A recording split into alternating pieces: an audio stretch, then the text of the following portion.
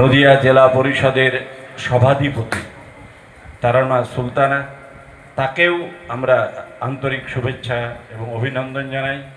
অন্যান্য ডিএসপি থেকে শুরু করে অন্যান্য পুলিশ আধিকারিকরা এখানে উপস্থিত আছেন এলাকার সম্মানীয় সজ্জন মণ্ডলী, প্রধানরা এবং অন্যান্য অতিথিবর্গ, তাদের সকলকেই আমি শুভেচ্ছা, অভিনন্দন ও ভালোবাসা জানাই। সভাধিপতি বলছিলেন আজকের বর্তমান যে প্রেক্ষাপট, আজকের গোটা বাংলার রাজনৈতিক, গোটা বাংলা এবং তার সঙ্গে সঙ্গে ভারতবর্ষের যে রাজনৈতিক প্রেক্ষাপট, সেটা অত্যন্ত গুরুত্বপূর্ণ। ঠিক এই গুরুত্বপূর্ণ সময়ে রক্তদান তার একটা উদ্যোগ।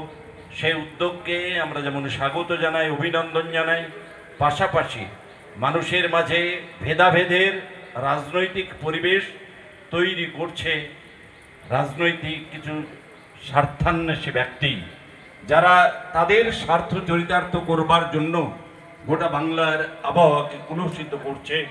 ধর্মের নামে, বর্ণের নামে, জাতির নামে দেশটাকে যারা ভাগ করার চেষ্টা করছে, তার বিরুদ্ধে এটা একটা প্রতীক। কারণ রক্তদান এমন একটা দান, যে দানের মধ্য দিয়ে এর কোনো তুলনা হয় না। এটা একটা উৎসব।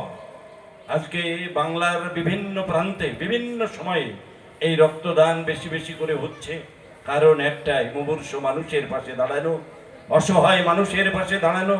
রক্ত বাজারে তৈরি হয় না, রক্ত মানুষের দেহে তৈরি হয়। সেই রক্ত আর একজন মুমূর্ষ রোগীর প্রয়োজনের তাগিদে সেটা ব্যয় হয়। তো এটা আমাদের কাছে যেমন অত্যন্ত গুরুত্বপূর্ণ, তেমনি রাজনৈতিক সন্ধিক্ষণ বাংলার আকাশে বাতাসে ধর্মের নামে, আগেই বলছিলাম, এটা একটা অত্যন্ত বাংলাকে ভাগ করার চক্রান্ত হচ্ছে ধর্মীয় মেরুকরণের মধ্য দিয়েই। বাংলার মানুষ এটা বিশ্বাস করে না, বাংলার মনি ঋষিরা এটা বলে না।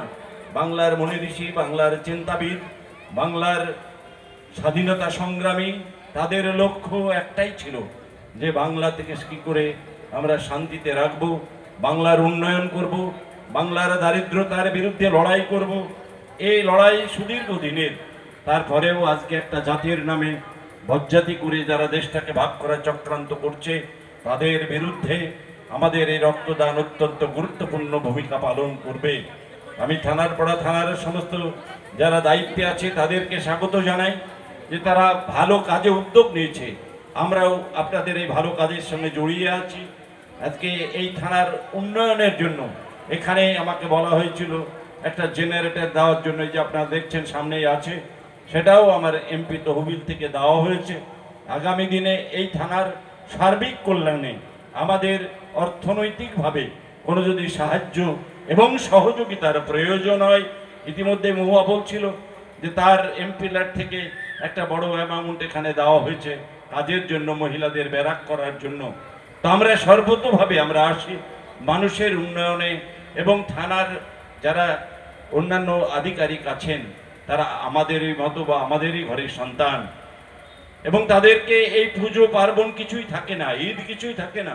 যখন মানুষের বিপদ হয় তখন তাদেরকে স্মরণ করি, আবার বিপদ কেটে গেলেই তাদের নামে অনেক কথা বলি। কিন্তু এরাও আমাদের ঘরের সন্তান, এদের ভালো মন্দ দেখার দায়িত্ব। 5টা দিন পুজো হবে বাংলায়, আকাশে বাতাসে পুজোর গন্ধ ইতিমধ্যেই ছড়িয়ে পড়ছে, কিন্তু তাদের কোনো ছুটি নেই, তাদের কোনো পার্বণ নেই, তাদের ঈদ নেই, বকরিদ নেই, দুর্গা পূজা নেই, তাদের কিছু কালী পূজা নেই। তাদের সবটাই এই থানা কেন্দ্রিক, এই থানার ভালো মন্দের সঙ্গে তারা জড়িয়ে থাকে। সুতরাং তাদের একটু ভালো মন্দের সঙ্গে আমরা যদি জড়িয়ে থাকি তাহলে ভালো লাগে। যাই হোক, আমি আমার বক্তব্য দীর্ঘায়িত করব না। এরপরেও আমাদের একটা প্রোগ্রাম আছে, সেখানে যেতে হবে। তাই আপনাদের সকলকে আবারও আমার পক্ষ থেকে আন্তরিক শুভেচ্ছা, ভালোবাসা এবং ধন্যবাদ জানাই।